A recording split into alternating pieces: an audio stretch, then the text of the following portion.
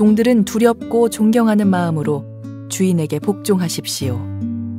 그리스도께 복종하듯이 참 마음으로 순종하기 바랍니다. 주인이 볼 때만 잘하는 척하지 말고 마음을 다하여 하나님의 뜻을 행하십시오. 사람에게 하듯이 하지 말고 그리스도를 섬기듯이 기쁜 마음으로 주인을 위해 일하십시오. 여러분이 종의 신분이든지 자유인이든지 주님께서는 선을 행한 것에 대해 보답해 주신다는 사실을 잊지 말기 바랍니다. 주인들도 똑같이 종들에게 잘해주고 윽박지르지 마십시오. 여러분의 주인이기도 하지만 동일하게 그들의 주인도 되시는 분이 하늘에 계십니다. 우리 주님은 모든 사람을 차별하지 않으시고 똑같이 대해주는 분이십니다. 자, 우리 가슴에 손을 얹고 믿음을 고백하고 하나님 말씀 듣는 시간 갖도록 하겠습니다. 제가 먼저 고백할게요. 하나님은 나를 사랑하십니다. 나는 그 사랑 안에 있습니다. 하나님은 오늘 나에게 말씀하실 것입니다. 그 말씀에 능력이 있습니다. 그 말씀에 생명이 있습니다. 나의 마음을 하나님께 열겠습니다. 나의 생각을 예수님께 집중하겠습니다. 들은 만큼 변합니다. 들은 만큼 행복해집니다. 자, 사도 바울이 성령의 충만함을 입은 사람들이 그들의 삶 속에 들어와 있는 가장 중요한 관계들을 어떻게 믿음 안에서 경영할 수 있는지를 우리에게 가르쳐주고 있습니다.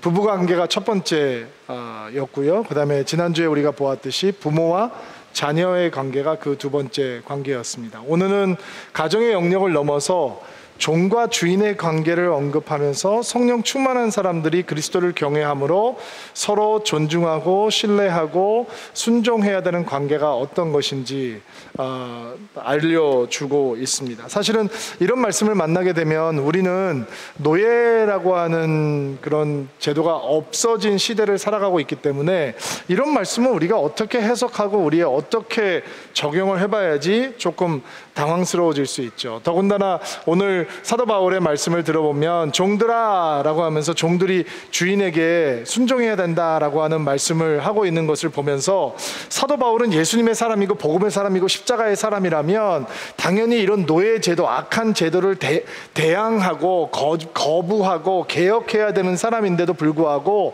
왜 노예 제도를 인정하는 것 같은 발언을 하고 있나라고 마음이 살짝 언짢아질 수 있습니다. 그러나 사도 바울이 노예 제도를 지지하고 있는 것이 아니고 사도 바울이 지금 편지를 쓰고 있는 게 에베소에 있는 교회에게 편지를 쓰고 있잖아요. 그리고 그 목적은 에베소 성도들에게 교회됨이 어떤 것인지 가르쳐주기 위해서 편지를 쓰고 있는 것이거든요. 사도 바울이 선교 사역을 하는 이유는 복음을 전하기 위한 것이고 사회를 개혁하거나 사회의 악구습을 개혁하기 위해서 선교 사역을 하고 있는 게 아니죠. 그리고 사도 바울이 교회들에게 편지를 보내고 있는 것도 이런 사회 개혁을 위해서 서신서를 보내고 있는 것이 아니라 각 교회가 가지고 있었던 영적인 가르침의 필요를 채우기 위해서 보내주고 있는 거니까 사도 바울이 교회됨을 가르쳐주기 위해서 썼던 에베소서가 교회 안에 들어와 있던 주인들 그리고 종들을 향한 말씀을 포함하고 있는 것은 어떻게 보면 너무 당연한 일이죠.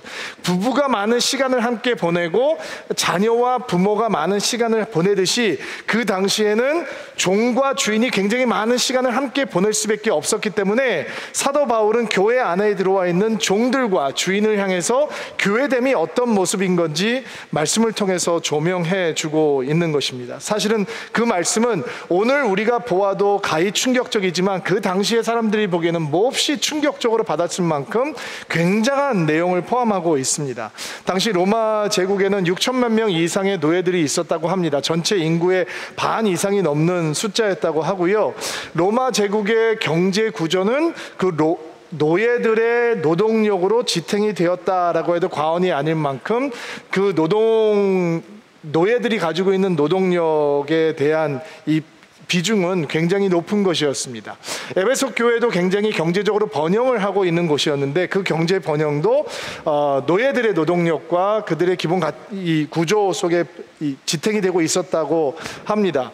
사실은 우리가 생각하면 노예들은 그냥 단순히 단순한 노동을 했을 거라고 생각하기 쉬운데, 로마 제국의 노예들은 사실은 전쟁에서 패배해서, 전쟁에서 정복을 당해서 노예를 전락하는 경우가 많았기 때문에 상당히 전문 분야의 지식을 가지고 있는 사람들도 있고 전문 분야의 재능을 가지고 있는 사람들이 있어서 사회 전반적인 분야에서 이 노예들의 역할이 굉장히 컸다고 합니다. 하지만 로마 제국에서 노예들이 가지고 있는 인권은 전무했습니다. 주인들의 위치가 절대적이었다는 것이죠. 재산의 일부에 불과했다라는 것입니다. 그런데 교회 안에는 노예와 노예의 주인들이 함께 들어와 있었다는 거죠. 이게 굉장히 충격적인 일입니다. 우리가 상식적으로 생각해 보면 교회를 시작했는데 노예와 노예 주인이 오면 우리 같으면 어떻게 하겠어요? 가르겠죠.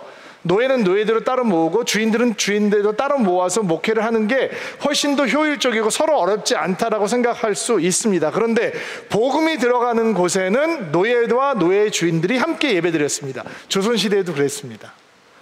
어디에서도 그런 것을 볼 수 없었지만 복음이 들어가면 있는 자와 없는 자, 배운 자와 못 배운 자, 남자와 여자, 남녀노소가, 그리고 주인과 종들이 함께 예배드리는 하나님의 공동체가 만들어졌습니다. 그리고 사도 바울은 그 교회를 향해서 오늘 메시지를 주고 있는 것입니다. 5절부터 9절 말씀 같이 한번 읽어볼까요?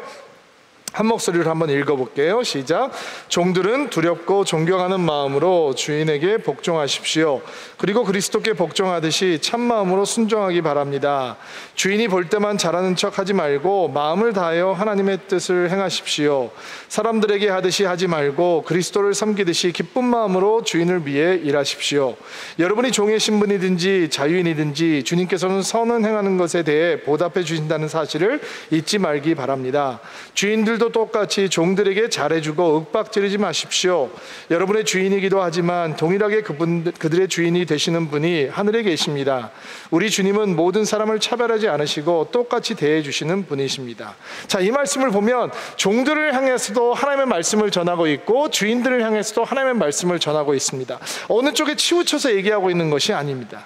자, 우리는 이 말씀을 그럼 어떻게 바꿔 적용하고 해석해야 될까 고민을 해보았는데, 저는 우리가 성인이 된 다음에 가장 많은 시간을 보내는 직장이라고 하는 우리의 삶의 터전을 향한 말씀으로 이 말씀을 해석하고 적용해 보려고 합니다.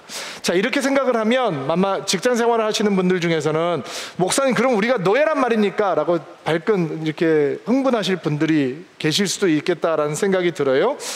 저는 고용주와 피고용인의 관계가 과거의 노예와 노예 주인과의 관계와 같다라고 하는 얘기가 절대로 아니고, 다만 사도 바울이 이야기하고 있는 상호 존중, 순종의 원리, 그리고 그리스도를 경외함으로 경험하게 되는 새로운 관계의 원리가 우리의 직장 생활에서 적용할 수 있는 훌륭한 하나님의 말씀이 되기 때문에 오늘 이 종과 종의 주인들에게 주어졌던 말씀을 우리의 직장 생활을 향한 하나님의 말씀의 원리로 한번 적용해 보려고 합니다.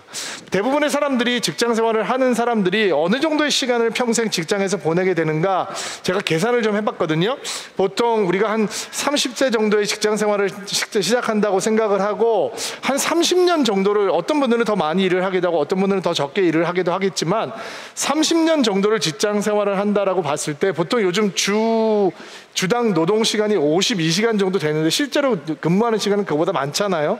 한 60시간으로 잡고 계산을 해보니까 이렇게 계산이 되더라고요. 60시간 곱하기 52주 3120시간 곱하기 30년은 93,600시간이고 이거를 24시간으로 나누면 3,900일 정도예요. 우리가 평생 3,900일을 꼬박 일을 하는 거예요. 연수를 계산을 해보면 10.6년을 거의 11년 동안을 일하면서 보낸다라고 생각하시면 돼요. 그러면 대한민국 직장인들이 직장을 향해서 가지고 있는 마음은 어떤 마음일까? 저는 사실은 교회라고 하는 직장에서 살고 있고, 저도 예전에는 세상에서 일을 해봤지만 제 교회 안에서 들어와서 일을 한 지가 너무 오래됐기 때문에 생각이 너무 가물가물해져서 직장인들이 직장을 향해서 가지고 있는 마음은 어떤 걸까? 열심히 자료를 찾아보다가 이런 영상을 찾게 됐어요. 그리고 제가 이 영상을 직장 생활을 하는 분들에게 좀 보여드렸더니 5년 차, 10년 차, 그리고 20년 시간차에게 보여드렸더니 대충 비슷합니다라는 얘기를 하시더라고요. 제가 영상을 한번 보여드릴 테니까 여러분들도 공감이 가는 영상인지 한번 봐주세요.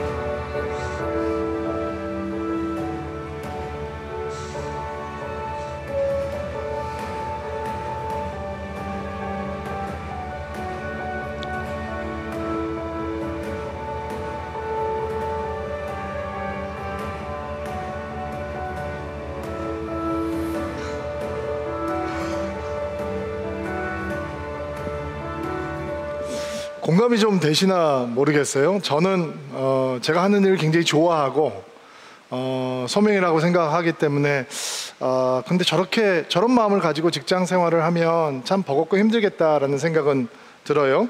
2017년 7월 4일 잡코리아에서 실시한 설문조사에서 회사를 다니고 있는 남자 중에 29.8%, 여자 중에서는 26.8%만이 지금 직장에 만족한다라고 답을 했다고 합니다. 10명 중에 7명은 만족하지 못하는 삶을 살고 있다는 거예요.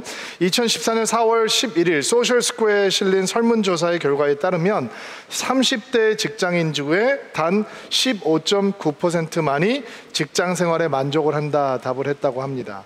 불만족의 이유는 낮은 연봉, 자신의 무능력한 모습, 적성에 맞지 않는 업무, 결혼, 출산 같은 가정 스트레스가 그 이유였습니다. 2014년 1월 15일 우울한 한국이라는 특집 기사를 보면 대한민국 직장인 중 87%가 직장에서 스트레스를 경험하고 있다라고 답을 했는데 그 87%라고 하는 숫자는 OECD 국가 중 단연 1위에 해당하는 숫자였다고 합니다. 스트레스의 요인으로서는 인간관계 스트레스, 과도한 업무, 직무의 불만족, 감정 노동, 피곤한 출퇴근길 순으로 등장을 했습니다.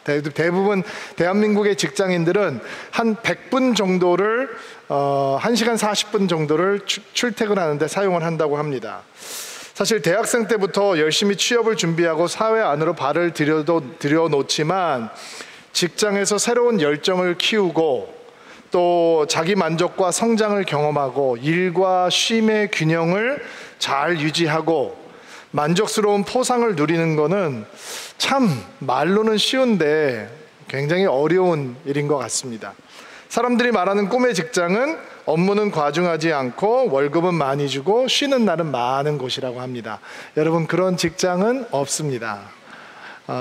어떤 분이 저한테 그러더라고요. 목사님은 너무 좋으시겠어요. 주일날 딱 한 번, 일요일날 한 번 교회 하나님 얘기하고 그냥 일주일 내내 놀면서 살면 되니까 진짜 목사라는 직업은 좋은 것 같습니다. 예, 목사들 해보시지요.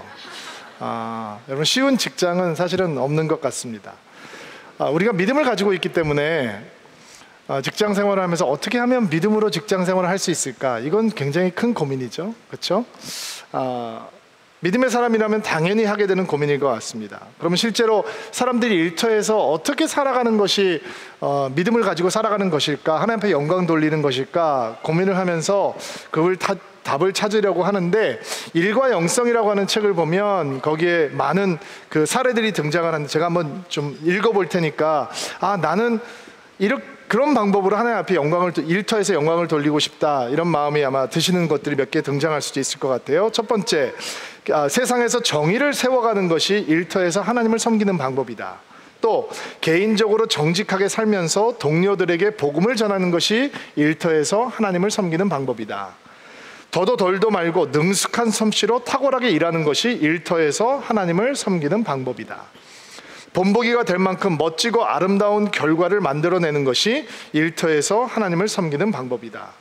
하나님께 영광을 돌리겠다는 크리스천다운 의도를 가지고 문화 속으로 뛰어들어 영향을 미치고 그 목표를 이루기 위해서 최선을 다하는 것이 일터에서 하나님을 섬기는 방법이다.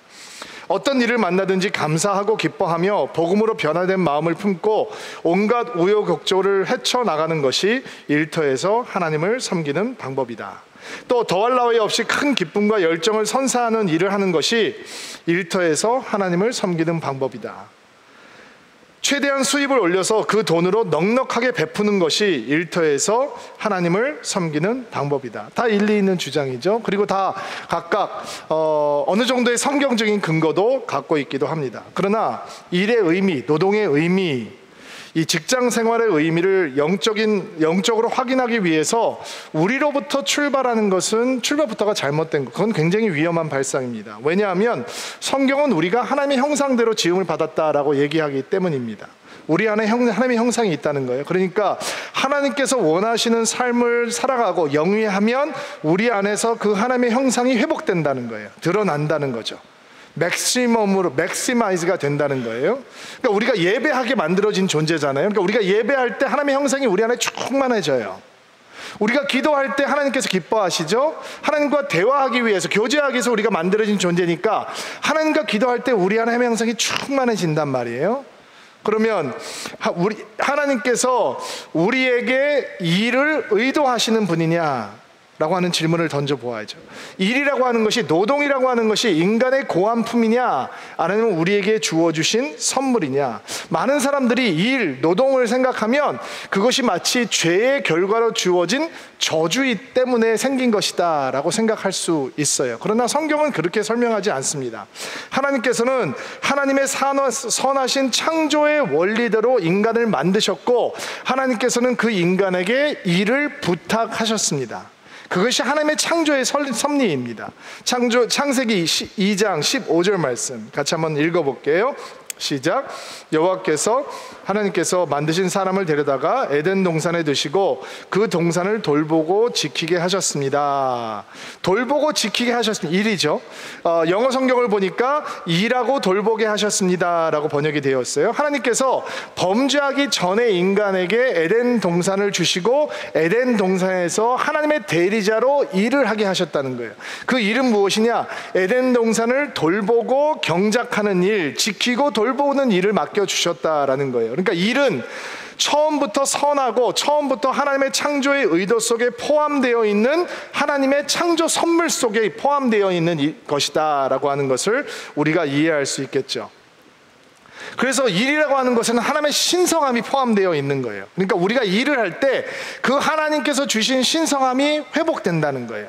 그럼 우리에게 일을 주신 하나님께서 우리에게 일을 주시기 전에 그분 스스로 일을 하시잖아요. 6일 동안 창조 사역을 감당을 하시죠. 하나님께서 매일매일 천지를 창조하시면서 하나님 보시기에 좋았더라 라고 얘기를 하시잖아요. 그게 무슨 얘기냐면 하나님께서 무슨 창조작을 펼쳐놓으신 다음에 하나님께서 그것을 향해서 원더풀, 이 감탄사를 말씀하고 있다는 얘기예요. 하나님께서 대충대충 대강대강 하고 계시는 하나님이 아니라 최선을 다해서 그날의 창조 사역을 마무리하시고 이거 너무 좋다, 너무 기쁘다, 너무 잘 만들었다 라고 하는 얘기를 하고 계신다는 거예요.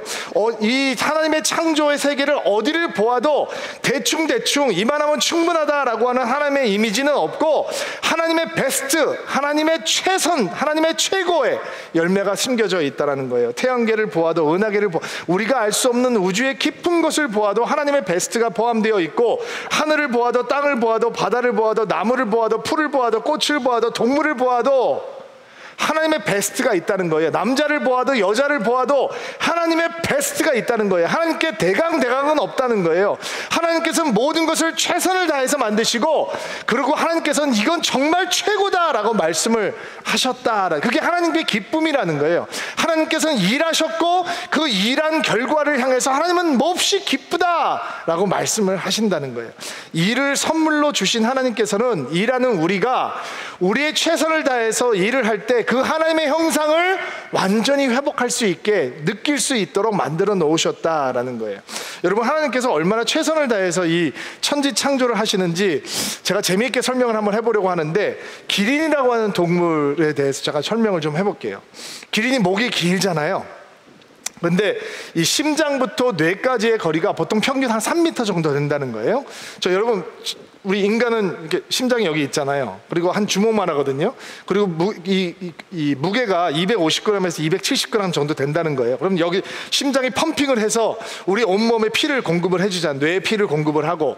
근데 이 기린은 이 심장부터 뇌까지의 거리가 3m 정도 넘으니까 심장이 커야 될 거 아니에요. 펌핑을 더 세게 해야 돼. 피를 쭉쭉 줘야 되니까 그 심장의 크기가 60cm 정도 된다고 해요. 무게는 11kg.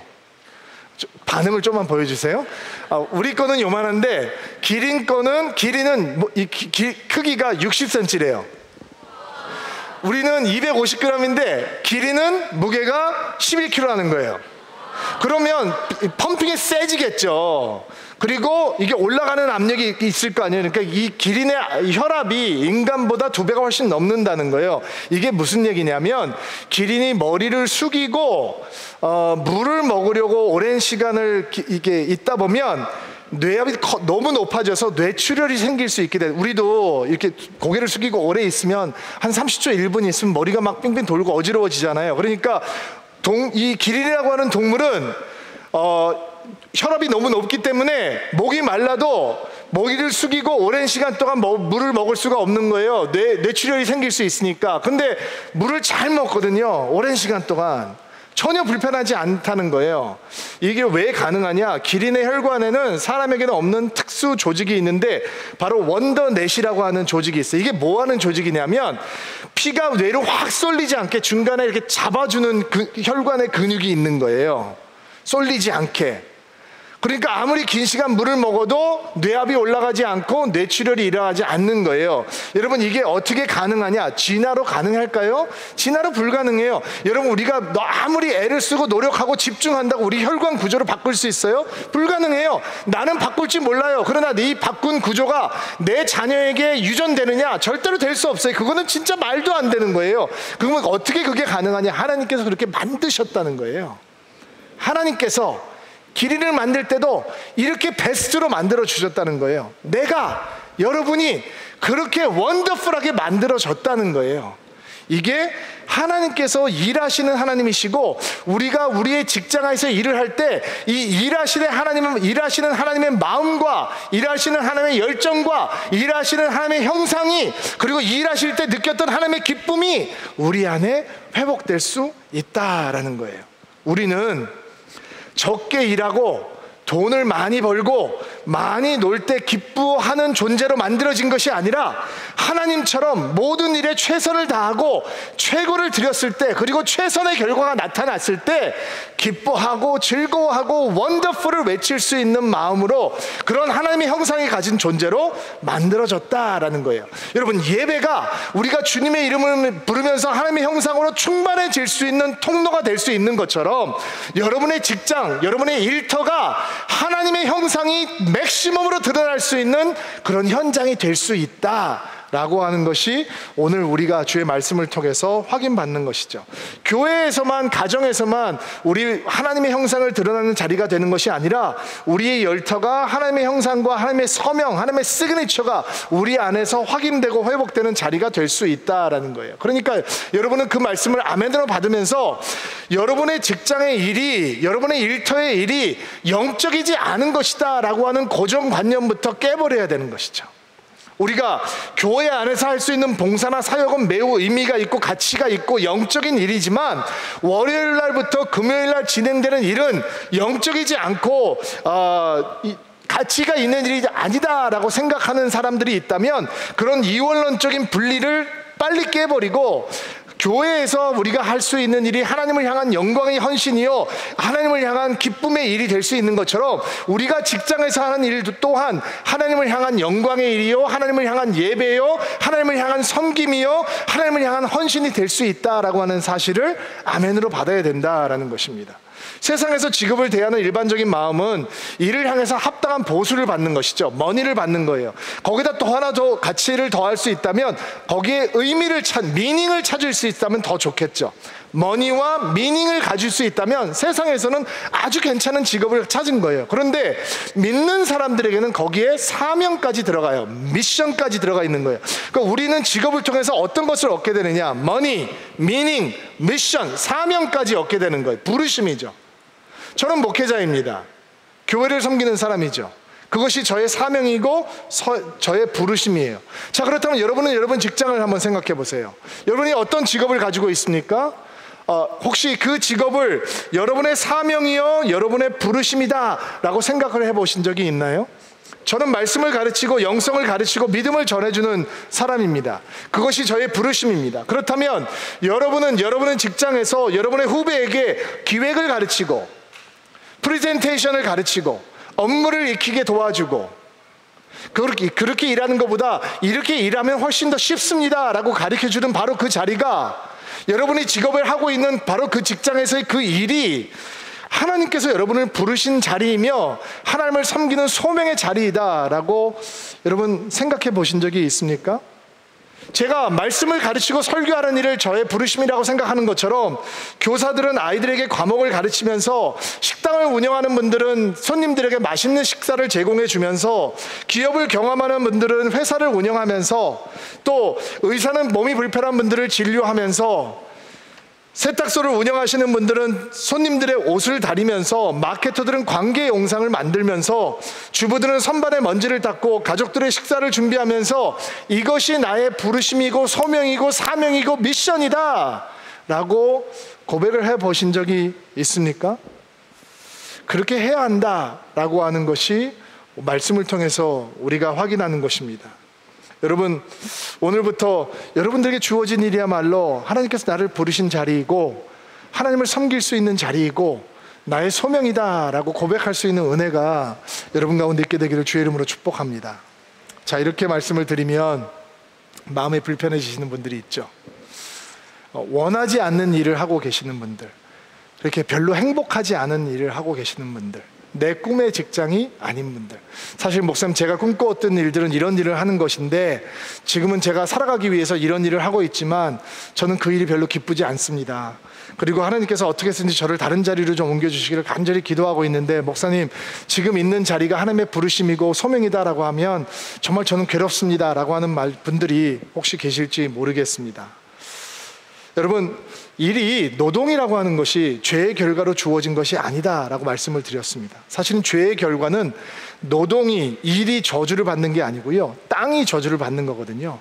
그래서 창세기를 보면 네가 열심히 수고하고 땀을 흘려도 땅이 가시덤불과 엉겅퀴를 낼 것이다 라고 말씀을 하나님께서 하셨습니다. 이 얘기는 무슨 얘기냐면 일이 신성하고 우리의 존엄성을 드러내는 일이지만 일의 결과는, 일의 현장은 때때로 가시덤불과 엉겅퀴를 포함하고 있다라고 하는 사실을 인정해야 한다는 것입니다. 일에는 성취와 좌절이 함께 포함되어 있습니다. 일에는 성공과 실패가 함께 포함되어 있습니다. 우리가 믿음을 가지고 있고 하나님께 선하신 하나님이시지만 타락한 세상에서 살아가고 있는 우리들은 일터에서, 직장에서, 일을 해야 되는 현장에서 성공과 실패, 성취와 좌절을 함께 경험합니다. 우리가 타락한 세상에서 살고 있으면서도 나는 성취만 경험하고 좌절은 피해가겠다, 성공만 붙들고 실패는 피해가겠다라고 하는 생각 자체가 첫걸음부터 좌절과 낙심을 향해서 발걸음을 내딛게 되는 것입니다. 때때로 우리는 열매 없음을, 열매의 초라함을, 엉겅퀴와 가시덤불이 드러남을 겸허하게 받아들여야 될 때가 있다라는 것입니다. 선교사 힐링 캠프를 진행하다가 만났던 선교사님이 기억이 납니다. 자신의 삶을 하나님 앞에 드리고 편한 한국이라고 하는 땅을 등지고 척박한 선교지에 들어갔던 분입니다. 10년을 선교지에서 보내셨습니다.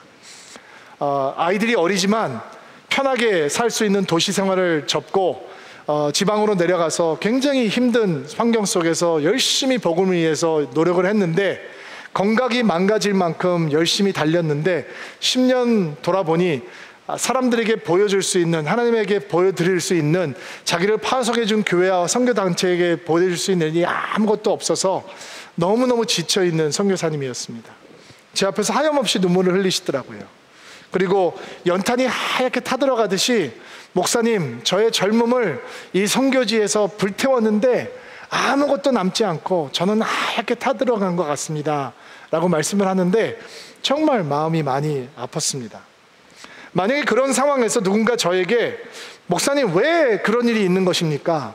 저분 주님을 사랑하는 분이고 주님의 일을 하고 있고 또 주님께서 그분을 부르셨다면 주분의 소명을 따라가고 있는 것이라면 왜 이렇게 열매가 없고 척박한 이런 결과가 드러난 것입니까? 라고 묻는다면 저는 우둔해서 그 답을 잘 못할 것 같습니다. 잘 모릅니다.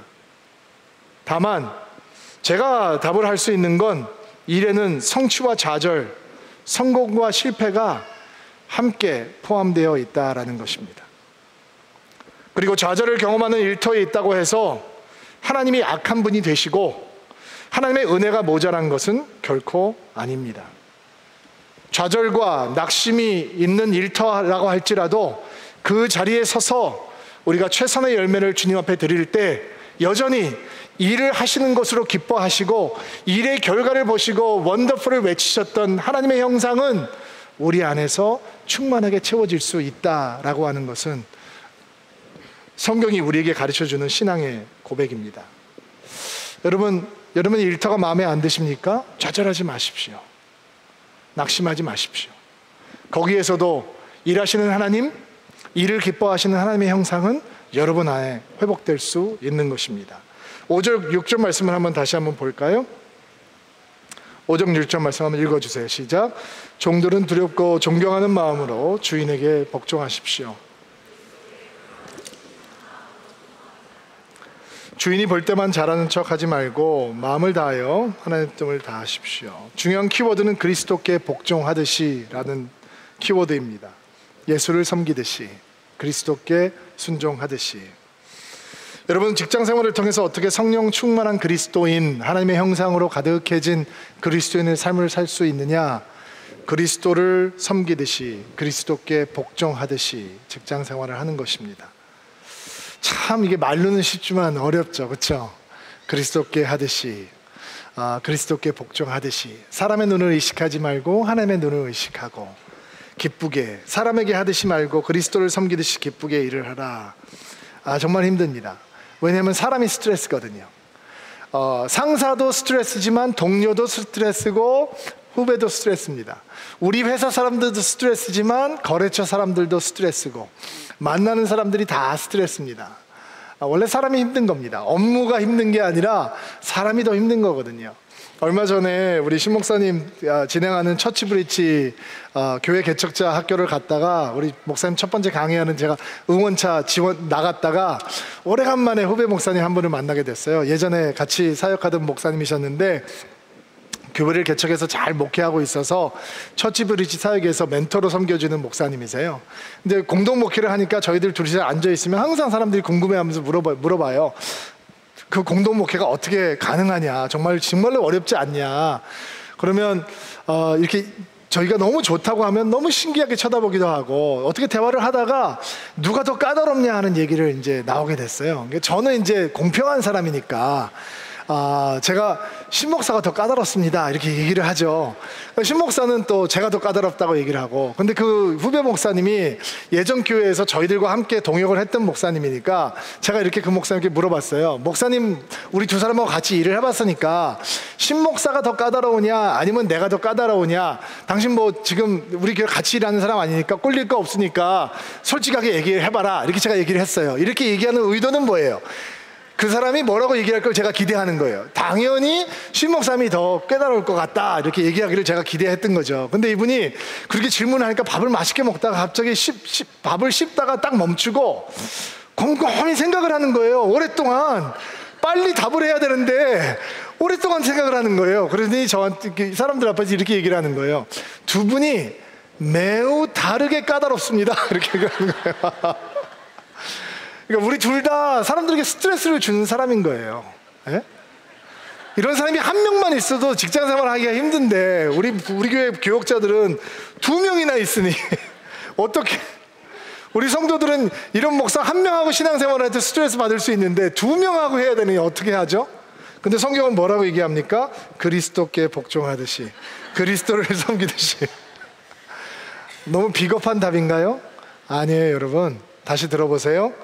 어떤 상황이든지, 여러분의 직장이 편한 곳이든지 그렇지 않든지, 여러분의 인성이 좋은 리더하고 함께 일을 하고 있든지, 좀 까칠하고 까다로운 리더하고 일을 하고 있든지, 여러분의 이 사례가 마음에 흡족하든지 그렇지 못하든지, 하는 일이 여러분의 적성에 맞든지 그렇지 않든지, 함께 일하는 사람들이 팀워크가 잘 맞든지 아니면 너무 얄밉고 이기적인 사람들이든지 상관없이 그리스도께 복종하듯이, 아멘이죠, 그리스도를 섬기듯이 여러분의 일터에서 여러분은 그리스도를 향해서 그렇게 일을 하십시오라고 하는 것이 주의 말씀입니다. 무슨 말인가요? 보스를 바꾸라는 거예요. 사람의 눈을 의식하지 말고 하나님을 의식하라고 하는 말이 무슨 말씀이에요? 눈에 보이는 보스만 생각하지 말고 눈에 보이지 않는 보스를 생각하면서 일을 하라라는 것이죠. 종의 주인들에게도 말하지 않습니까? 당신들이 주인 된 것을 기억하기 전에 당신에게도 주인이 있다라고 하는 것을 기억해야 합니다. 당신이 당신의 종들에게 주인인 것처럼 당신에게 예수께서 주인이 되신 것을 먼저 기억해야 합니다 라고 가르쳐주고 있지 않습니까? 강력한 메시지죠. 당신에게 눈에 보이지 않는 리더가 따라야 하는 분이 있음을 기억하십시오. 우리가 직종을 통해서 섬겨야 하는 분이 하나님이십니다 라고 선포하십시오. 그리고 믿고 일하십시오 라고 우리에게 메시지를 주고 있는 것입니다. 여러분, 우리가 일터를 통해서 섬겨야 되는 분이 하나님이다 라고 하는 것을 잊어버리면 우리의 일터가 완전히 참사가 벌어지는 현장이 되어버리고 맙니다. 어떤 참사가 벌어지느냐? 일을 나만을 만족시키는 수단으로 전락시켜버립니다. 일에는 다른 사람을 유익하게 하는 요소들을 가지고 있거든요. 근데 일이 나를 유익하는 것으로 전락을 해버려요. 하나님을 섬기는 직장을 통해서 하나님을 섬긴다라고 하는 것을 잊게 되면 일이라고 하는 것을 나의 성공의 도구, 욕심을 채워가는 도구로 변질시키게 됩니다. 돈 많이 벌고 많은 권력을 누리는 통로로만 변질시키게 되죠. 그러면 우리는 일을 통해서 보람, 의미 이런 거 다 잃어버리게 됩니다. 내가 높이 올라가면 교만해지고 내가 올라가지 못하면 열등감에 사로잡히는 그런 인생이 되어버리고 마는 것이죠. 우리가 직장을 통해서 하나님을 섬기는 것이다 라고 하는 것을 잊어버리게 되면 일 자체가 나의 정체성이 되어버리고 맙니다. 여러분, 명함에 보면 이름 앞에 조그만 타이틀이 등장하지 않습니까? 그리고 사람들이 그 조그만 타이틀 한자에 목숨 겁니다. 지옥과 천당을 왔다 갔다 합니다. 그리고 그것이 우리의 정체성이 되어버리고 맙니다. 그러니까 그 정체성이 없어져 버리면 공허해지고 비참해지는 겁니다. 그것이 우리의 정체성이 아닌데도 불구하고 하나님을 위해서 우리가 일하고 있는 것이다 라고 하는 것을 잊어버리면 그 정체성 하나로 나를 규명하려고, 나를 디파인하려고 헛된 노력을, 헛된 수고를 하는 것입니다. 또 일하는 목표가 사람들의 칭찬이나 고액 연봉으로 변하게 되는 것입니다. 사람들에게 인정을 받고 칭찬받고 거기에 걸맞는 혜택을 누릴 수 있다면 감사한 것이죠. 그러나 그것이 목표가 되면 어떤 참사가 벌어지냐면 옳고 그름의 경계선이 모호해집니다. 그래서 수많은 성공한 기업가들이 온갖 불법을 행하고 감옥에 가게 되는 것입니다. 또 보호해야 되는 소중한 관계들이 하찮게 변합니다. 그래서 미국의 500대 기업의 CEO들을 보면 다 2번, 3번 결혼한 사람들이 대부분인 것입니다. 소중한 관계들을 지켜내지 못하니까 직장에서 주님께 하듯이, 주님을 대하듯이, 주님께 순종하듯이, 주님의 거기 계시듯이, 주님의 결제를 받아야 하듯이 주님을 섬기는 마음으로 일하십시오. 성경이 오늘 우리에게 주고 있는 강력한 메시지입니다. 우리가 그 메시지를 아멘으로 받는 순간 우리의 직장은 하나님의 영광의 임재를 경험하는 부흥의 자리가 될 줄로 믿습니다. 자, 7절 말씀 다시 한번 볼게요. 7절 말씀 한번 읽어주시겠어요? 시작. 사람들에게 그 그리스도를 섬기듯이 기쁜 마음으로 주인을 위해 일하십시오. 사람들에게 하듯이 하지 말고 그리스도를 섬기듯이 기쁜 마음으로. 이 말씀은 우리에게 새로운 이 기준을 제시해 주죠. 지금까지 바울의 편지를 받고 있는 종들은 어떤 기준을 가지고 있었을까요? 주인이 칭찬하면 충분했습니다. 주인이 인정하면 됐습니다. 인정은 못 받더라도 주인의 눈에 들키지만 않으면 괜찮은 겁니다. 그런데 다른 기준을 제시합니다. 이제는 주인의 마음에 드는 것으로 충분한 것이 아니라 예수님의 마음에, 하나님의 마음에 들어야 하는 것입니다. 사람에게 인정받는 것이 아니라 주님을 기쁘시게 하는 것이 되어야 하는 것입니다. 그렇다면 일터야말로 자기의 최고와 최선을 주님 앞에 올려드리는 예배의 자리가 되는 것입니다. 아멘으로 받으시기 바랍니다. 완벽주의를 말하는 것이 아닙니다. 사람들이 쉽게 빠지게 되는 대강주의, 최소한의 노력으로 모면하려고 하는 태만, 적당히 넘어가려고 하는 요령주의, 최선의 것이 아니하다고 생각하는 매너리즘, 차선책으로 늘 타협하라고 하는 그런 유혹으로부터 우리를 지켜내라라고 하는 하나님의 메시지를 듣는 것입니다. 기쁘게 해야 할 대상이 사람에게서 하나님으로 바뀌었다면 우리는 아무리 작은 일이라도 탁월함으로, 능숙함으로 그 일을 감당해야 되는 것입니다. 로마서 12장의 11절 말씀 한번 같이 볼까요? 읽어주시겠어요? 시작. 열심히 일하고 게으르지 마십시오. 성령으로 달구어진 마음을 가지고 주님을 열심히 섬기십시오. 개역 성경을 보니까 부지런하여 게으르지 말고 열심을 품고 주를 섬기라 라고 말씀을 했어요. 열심이라고 하는 말은 긴급이라고 하는 단어와 성실이라고 하는 단어를 합성해 놓은 말입니다. 그러니까 열심을 품고 산다라고 하는, 성령으로 달구어진 마음을 가지고 열심을 가지고 살아간다라고 하는 말은 성실하되 긴박감을 놓치지 말라라고 하는 말이죠. 이렇게 얘기하면 이제 그러니까 우리가 결국 열심을 갖고 탁월함으로 우리 직장 생활을 하면 되는 것이구나.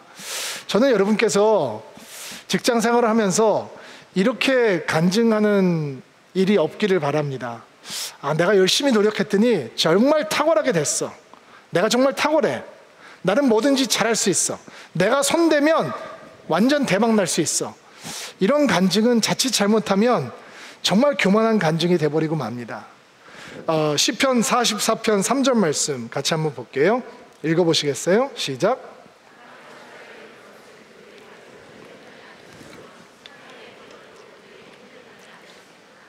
주의 오른손과 팔에 주의 얼굴 때문에 그들이 땅을 차지하고 승리를 얻었습니다. 땅을 차지하게 된 것은 그들의 칼 때문이 아니었습니다. 그들의 힘 때문이 아니었습니다. 주의 팔이, 주께서 그의 얼굴빛 때문에 그들이 땅을 차지할 수 있었던 것입니다. 이게 무슨 얘기냐? 직장을 살아가는 사람들은 그 직장에서 최선을 다하는 것이 하나님을 향한 예배이고 헌신이기 때문에 최선을 다해야 된다는 거예요. 그러나 그 결과는 우리가 만들어내는 것이 아니라는 거예요. 그러니까 자랑할 수 없겠죠. 얼마나 많은 사람들이 사회에서 성공했다라고 얘기하고 하나님의 은혜를 얘기한다라고 하면서 자기 자랑에 사로잡히게 됩니까? 시편의 말씀은 이런 말씀이에요. 자랑하지 마십시오. 당신들이 땅을 차지했습니다. 그러나 그것을 당신의 교만으로 삼지 마십시오. 어차피 당신의 힘과 당신의 칼로 그 일을 이룬 것이 아닙니다. 주께서 그것을 이루도록 도와주신 것입니다. 당신을 사랑하셔서 하나님께서 그 일을 이루신 것입니다. 항상 다른 사람들의 이야기를 이야기하면 여러분 삶 속에 적용하고 쉬우니까 제가 제 간증을 잠깐 할게요. 제가 2주 전에 필리핀에 집회를 다녀왔잖아요. 2박 3일 동안 필리핀에서 목회자들 400명 정도가 모여서 세미나를 했는데 오래간만에 제가 2박 3일 동안 영어로만 강의를 진행을 했어요. 처음에는 영어로 강의하는 게 너무 부담이 돼서 통역을 통해서 할까라는 생각을 해봤는데 그래도 제가 강의하고 싶은 내용이 좀 방대했기 때문에 통역을 하면은 반밖에 못하니까 그냥 제가 해야 되겠다라고 생각하고 강의를 진행을 했거든요. 아침 9시부터 저녁 밤까지 진행되는 강의 스케줄이었는데 얼마나 더운지 막 땀 범벅이가 돼서 열심히 했어요. 집회가 끝난 다음에 많은 목사님들, 사모님들이 은혜 받았다고 와서 인사를 해주시더라고요. 마지막 날 안수기도를 해달라고 그러는데 정말 오래간만에 옛날 부흥회식으로 막 목사님들이 쭉 무릎을 꿇고 기도하고 있는데 막 방언으로 이 안수하면서 뛰어다니면서 땀을 흘리면서 기도하면서 저에게도 굉장히 은혜로운 시간이 되었어요. 끝나고서 이렇게 인사를 받으니까 마음이 너무 흡족하더라고요. 근데 만약에 제가 이렇게 생각했다고 쳐봅시다. 내가 너무 강의를 잘해서 진짜 탁월해. 내가 탁월하네. 미국에서 자란 1.5세라서 영어로도 되고 한국말로도 되고 이렇게 생각하면 내가 바보인 거죠. 성경 말씀이 지금 우리에게 그거를 가르쳐주고 있는 거예요. 여러분의 학벌이 아니란 말이에요. 여러분의 능력이 아닌 거예요. 여러분 특출해요? 그럴 수 있겠죠. 여러분의 인맥, 여러분의 지혜, 여러분의 총명, 여러분의 학벌, 여러분의 기술, 이것 때문에 직장에서 여러분의 능력이 드러나고 있는 것이 아니다 라고 성경이 얘기하고 있는 거예요. 하나님께서 우리를 통해서 어떠한 일들을 이루고 계시다면 그것은 하나님의 오른팔과 하나님의 얼굴빛이 우리를 향해서 비추고 계시기 때문이다 라고 성경이 얘기하고 있는 거예요. 그러므로 자랑하지 말고 하나님 앞에 영광을 돌리라 라고 하는 것입니다. 그것이 하나님의 은혜가 아니겠습니까? 한 절만 더 보고 마칠게요. 8절 말씀 읽어주세요. 시작.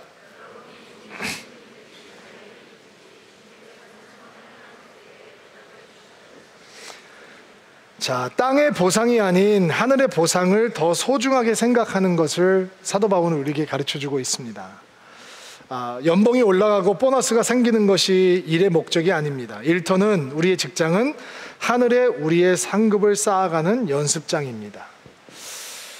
종의 신분이든지 자유인이든지 주께서는 선을 행한 것에 대한 보답을 주신다는 사실을 잊지 마십시오. 우리의 일터가 하나님을 향한 칭찬거리가 쌓여가는 것이라는 거예요. 하나님께로부터 받을 상급이 쌓여가는 것이 우리의 직장이 될 수 있다라는 거예요. 과학자 한필순 박사라고 하는 분이 계시죠. 원자력 연구소장을 지낸 분이세요. 이북에서 고등학교 때 피난을 내려오신 분이신데 맨손의 과학자 한필순이라고 하는 것에서 등장하는 이야기입니다.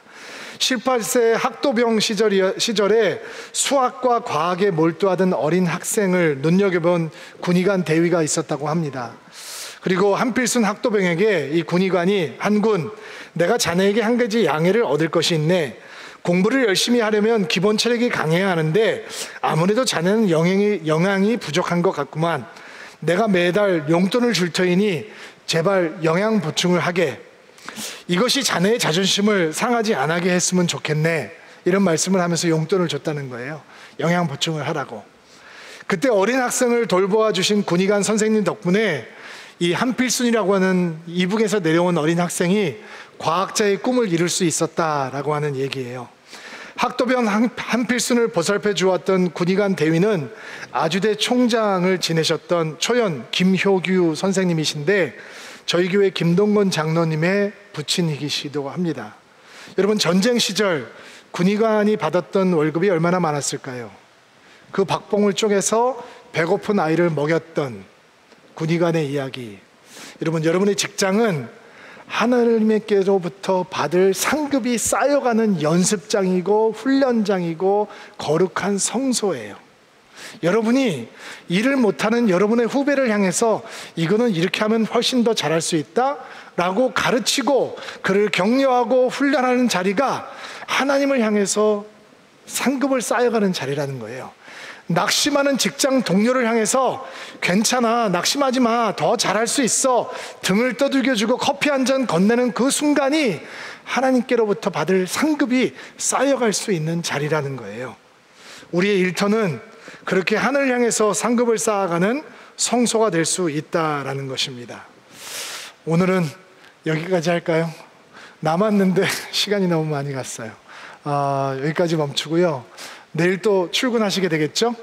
여러분의 일터로 들어가시게 될 텐데 여러분이 서 있는 그 일터가 하나님의 영광이 임하는 자리, 여러분이 하나님의 축복의 통로가 되는 자리, 하나님의 이름을 부르는 자리요, 하나님을 예배하는 자리요, 하나님께서 여러분 안에 두신 하나님의 형상이 회복되는 복된 자리가 되기를 주의 이름으로 축복합니다.